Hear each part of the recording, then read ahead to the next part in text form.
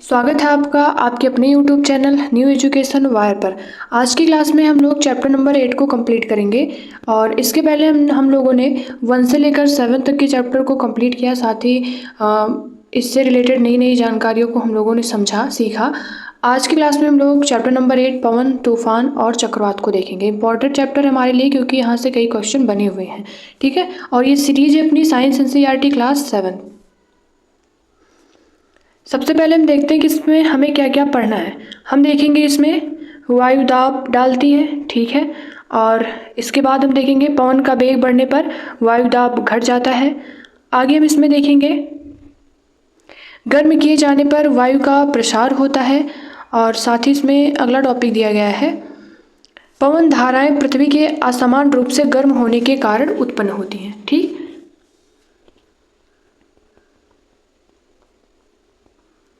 और इसके बाद तड़ित झंझा और चक्रवात, चक्रवातों द्वारा होने वाला विनाश,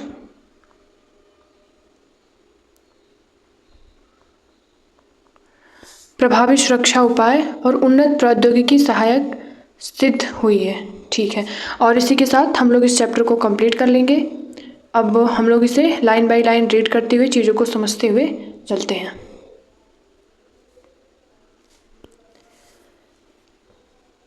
उड़ीसा के तट को 18 अक्टूबर 1999 को एक चक्रवात ने पार किया था। इस चक्रवात का वेग 200 किलोमीटर पर आवर था और चक्रवात ने 45,000 भवनों को तहस नहस कर दिया, जिससे 7 लाख लोग बेघर हो गए।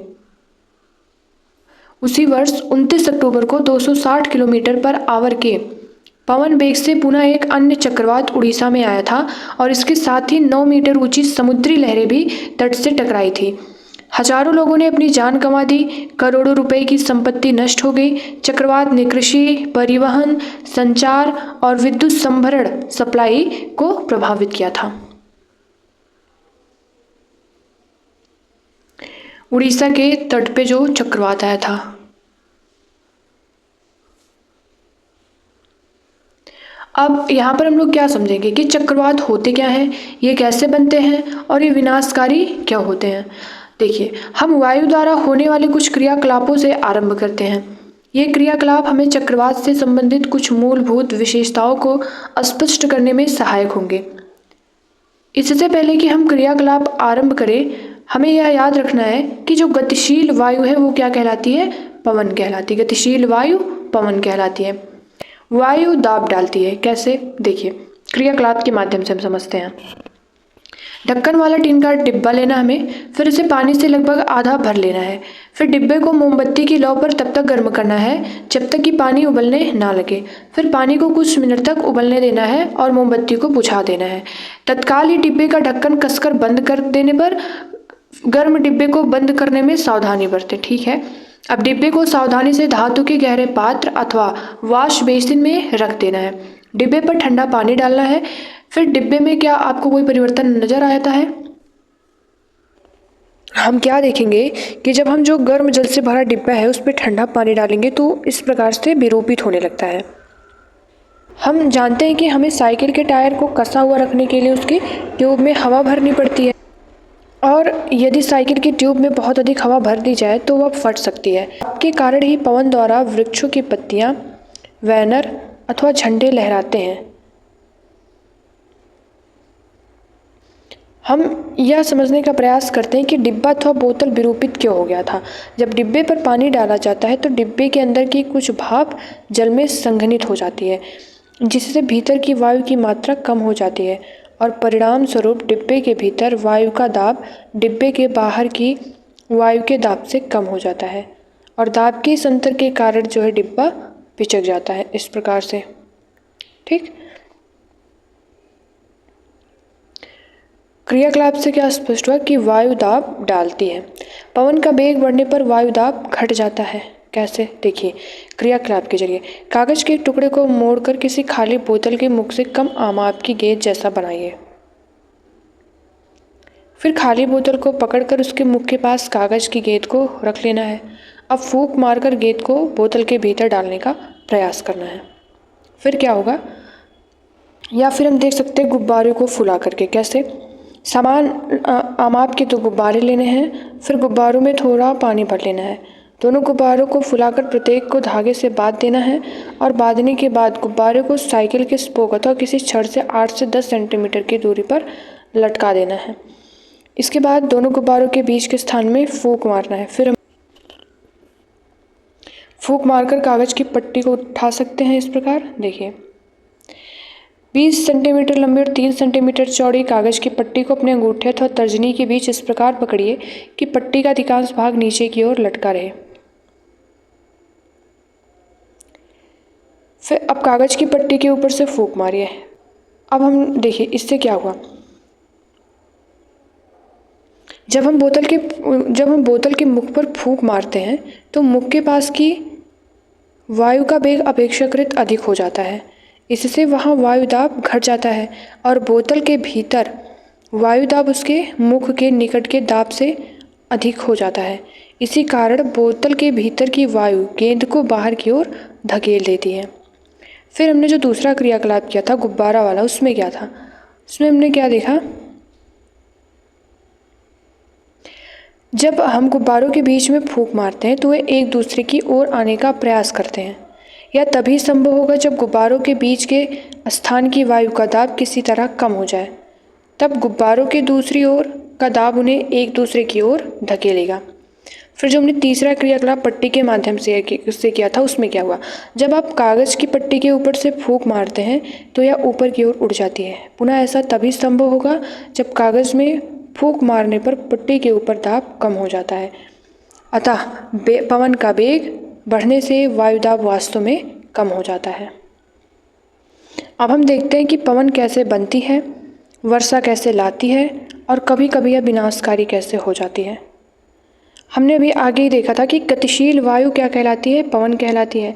और पवन सदैव अधिक वायुदाब वाले क्षेत्र से कम वायुदाब वाले क्षेत्र की ओर गति करती है।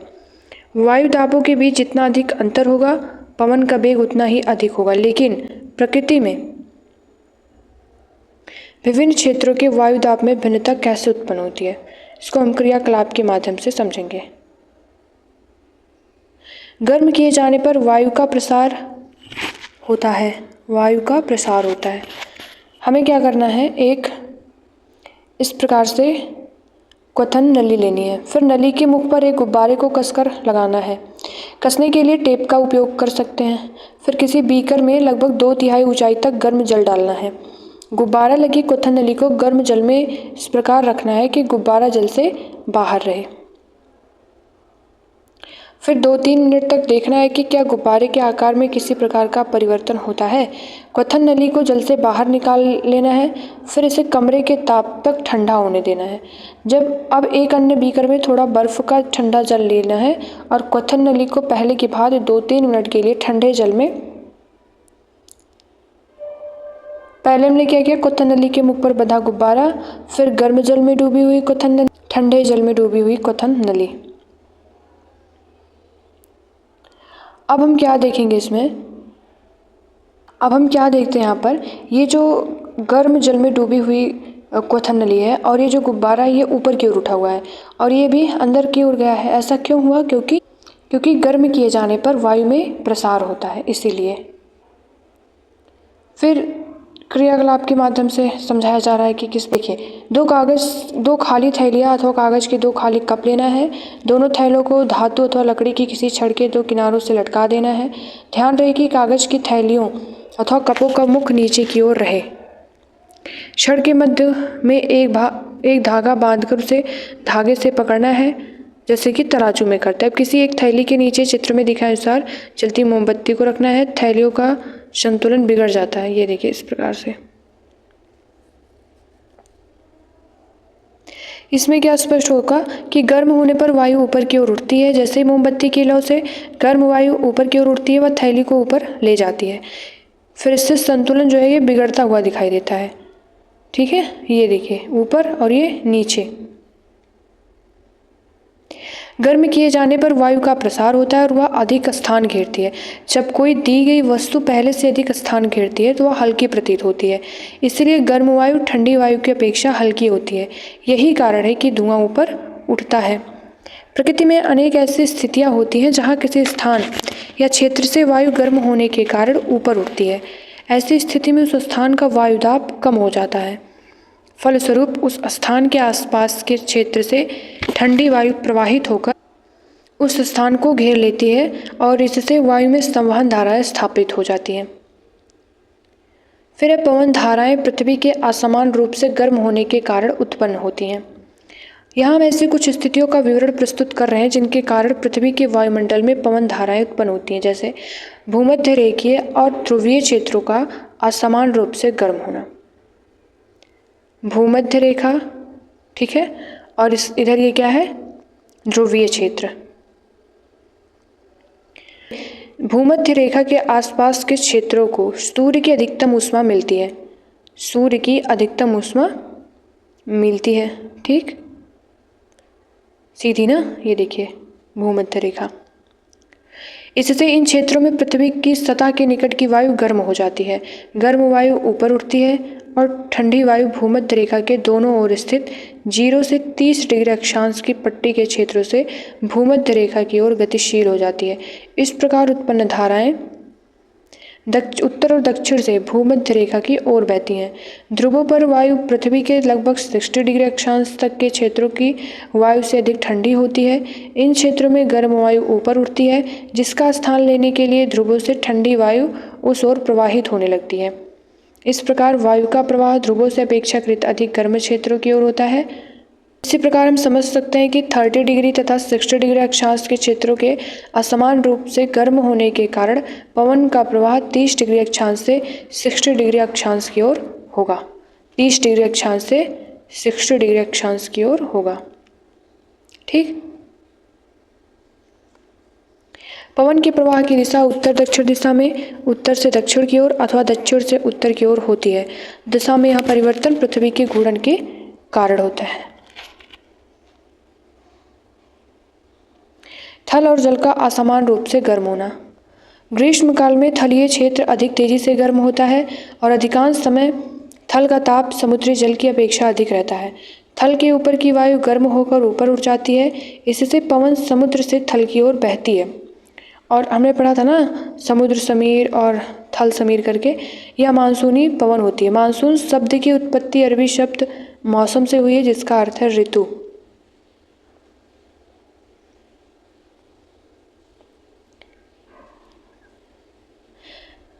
देखिए फिर यहाँ क्या बताया जा रहा है, ग्रीष्म काल में दक्षिण पश्चिम दिशा से मानसून निर्मित होता है।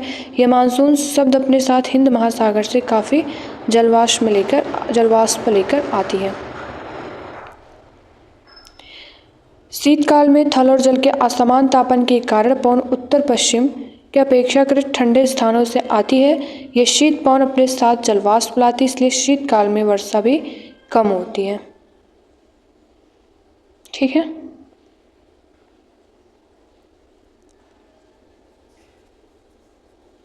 शीतकाल में पवन के प्रवाह की दिशा विपरीत हो जाती है, अर्थात थल से समुद्र की ओर बहती है। थल से समुद्र की ओर। समुद्र से आने वाली पवन अपने साथ जलवाष्प लाती है, जिससे वर्षा होती है। यह प्रक्रम क्या कहलाता है? यह प्रक्रम जलचक्र का एक चरण है। गर्म मानसून हवाएं अपने साथ जलवाष्प लाती है, जिससे वर्षा होती है।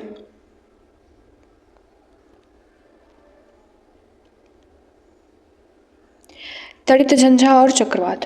तड़ित झंझा भारत जैसे गर्म आर्द्र उष्णकटिबंधीय क्षेत्रों में अक्सर विकसित होते रहते हैं। ताप में वृद्धि होने के कारण ऊपर की वायु उठती हुई पवन प्रबल हो जाती है और पवन वायु में पहले से विद्यमान जल बूंदों को अपने साथ ऊपर की ओर ले जाती है, जहां ताप कम होने के कारण वे जम जाती है और पुनः नीचे की ओर गिरने लगती है।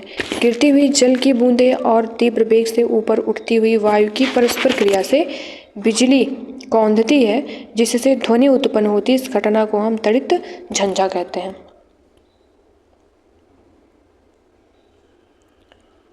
ठीक। तड़ित झंझा।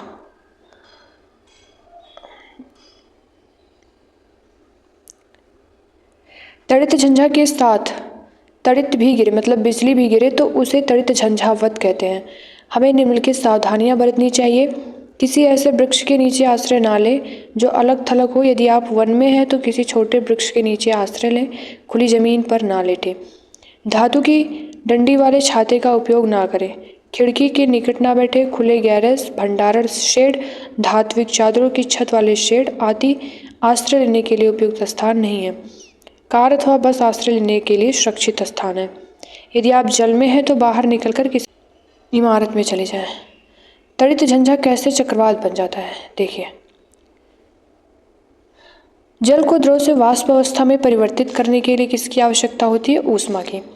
बादल के बनने से पहले जल वायुमंडल से ऊष्मा लेकर वाष्प में परिवर्तित हो जाता है। जब जलवाष्प वर्षा की बूंदों के रूप में पुनः द्रव रूप में परिवर्तित होती है तो यह ऊष्मा वायुमंडल में निर्मुक्त हो जाती है। निर्मुक्त होने वाली ऊष्मा से आसपास की वायु गर्म हो जाती है।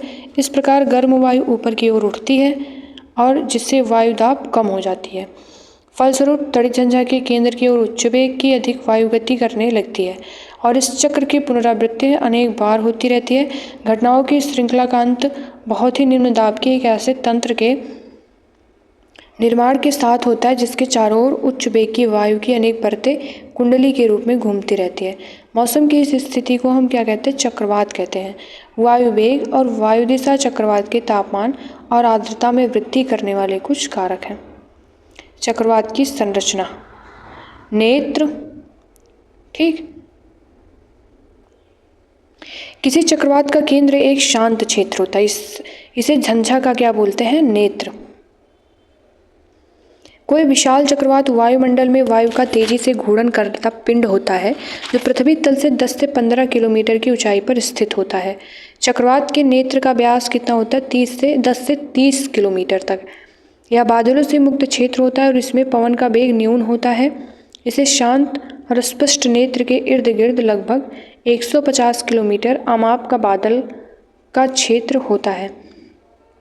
इस क्षेत्र में उच्च वेग की पवन 150 से 250 किलोमीटर पर आवर और सघन वर्षा वाले घने बादल होते हैं। इस क्षेत्र से परे पवन वेग क्रमशः कम हो जाता है। चक्रवातों की उत्पत्ति का प्रक्रम अत्यधिक जटिल होता है जो कि यहाँ दर्शाया गया है। चक्रवात द्वारा होने वाला विनाश।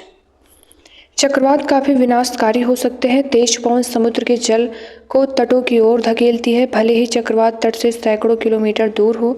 ये चक्रवात के आगमन के पूर्व संकेत होते हैं। पवन द्वारा उत्पन्न होने वाली जल की लहरें इतनी शक्तिशाली होती है कि उनके आघात से कोई भी व्यक्ति बच नहीं सकता। चक्रवात के नेत्र में निम्न दाब के कारण उसके केंद्र में जल सतह उच्च स्तर तक उठ जाता है। उठता जल 3 से 12 मीटर की ऊंचाई तक उठ सकता है। ऐसा लगता है मानो जल की दीवार तट की ओर बढ़ती आ रही है।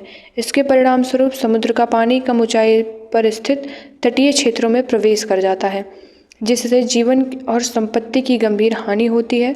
यह पानी मृदा की उर्वरता को भी कम कर देता है। चक्रवात के तट को पार करते समय होने वाली लगातार वर्षा बाढ़ की स्थिति को भयावह बना देती है। ऊपर उठती हुई विशाल लहरें। जो चक्रवात आते हैं इनको हम कई नामों से जानते हैं, जैसे अमेरिकी महाद्वीप में इसे क्या कहते हैं? हरिकेन, टाइफून, और फिर ऑस्ट्रेलिया में एक बिली, फिलीपींस और जापान में टाइफून। देखो, टॉर्नेडो से सुरक्षा की एक विधि।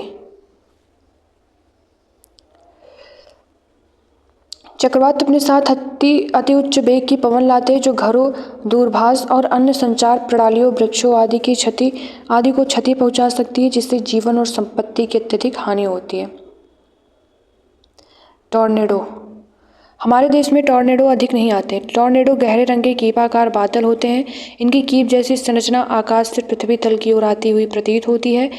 अधिकांश टॉर्नेडो कमजोर या निर्बल होते हैं, परंतु कोई विनाशकारी टॉर्नेडो लगभग 300 किलोमीटर पर आवर के वेग से गति कर सकता है। टॉर्नेडो चक्रवातों के भीतर भी बन सकते हैं। भारत की संपूर्ण तटरेखा, विशेष रूप से पूर्वी पूर्वी तट चक्रवातों के लिए संवेदनशील है, जबकि भारत का पश्चिमी तट चक्रवातों की प्रबलता और आवृत्ति दोनों ही संदर्भों में अपेक्षाकृत कम संवेदनशील है। वेग की माप करने वाले उपकरण को वायु मापी कहते हैं।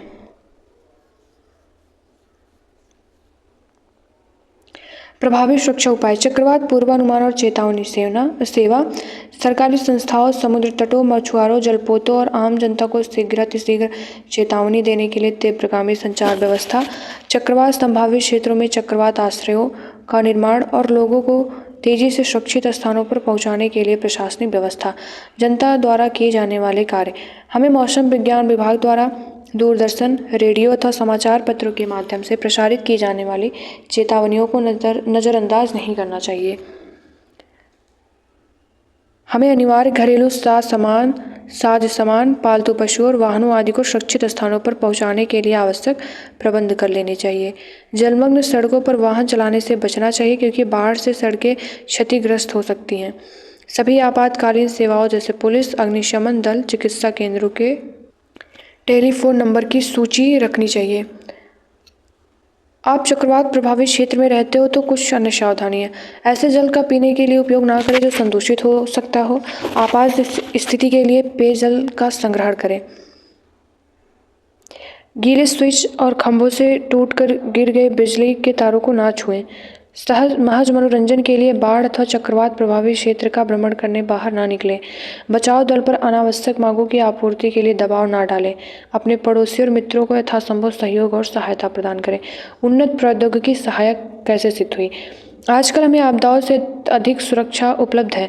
पिछली शताब्दी के आरंभ से तटीय क्षेत्रों के निवासियों के पास किसी चक्रवात के आने से पूर्व सुरक्षा की तैयारी करने और अपने घर खाली करने के लिए 1 दिन से भी कम का समय मिलता था। आज परिस्थितियां बहुत बदल गई है। उपग्रहों और राडार की उपलब्धता से अब यह संभव हो गया है कि किसी भी संभावित झंझट के 48 घंटे पहले ही चक्रवात सतर्कता अथवा चक्रवात सूचना जारी कर दी जाती है और चक्रवात चेतावनी भी कम से कम 24 घंटे पहले जारी कर दी जाती है। जब चक्रवात तट के निकट होता है तो हर घंटे अथवा आधे घंटे पर उसकी प्रगति और दिशा के बारे में संदेश प्रसारित किए जाते हैं। अनेक राष्ट्रीय और अंतर्राष्ट्रीय संगठन चक्रवात से संबंधित आपदाओं को मॉनिटर करने में सहयोग प्रदान करते हैं। ठीक है, तो हमने क्या क्या प्रमुख शब्द देखे? पवन वेग मापी, चक्रवात क्या है, हरिकेन, झंझावत, मानसूनी पवन, दाब, तड़ित झंझा, टॉर्नेडो, टाइफून। हमने सारांश में क्या देखा? हमारे आसपास की वायु दाब डालती है। ठीक है, वायु गर्म करने पर प्रसारित होती है और ठंडा करने पर संकुचित। गर्म वायु ऊपर उठती है, जबकि अपेक्षाकृत ठंडी वायु पृथ्वी की सतह की आने की ओर होती है। फिर जब गर्म वायु ऊपर उठती है तो उस स्थान पर वायु दाब कम हो जाता है और आसपास के क्षेत्र की उच्च दाब की ठंडी वायु उस स्थान की ओर प्रवाहित होने लगती है। गति वायु पवन कहलाती है और पृथ्वी पर असमान तापन पवनों के बनने का प्रमुख कारण है। जलवाष्प वाली पवन वर्षा लाती है। उच्च वेग की पवन और वायुदाब के अंतर से चक्रवात बन सकते हैं। उपग्रहों तथा राडार जैसे उन्नत प्रौद्योगिकी की सहायता से चक्रवातों को मॉनिटर करना आसान हो गया है।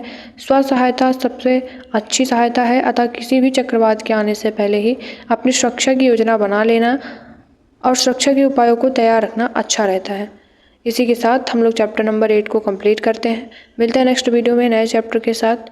Thank you.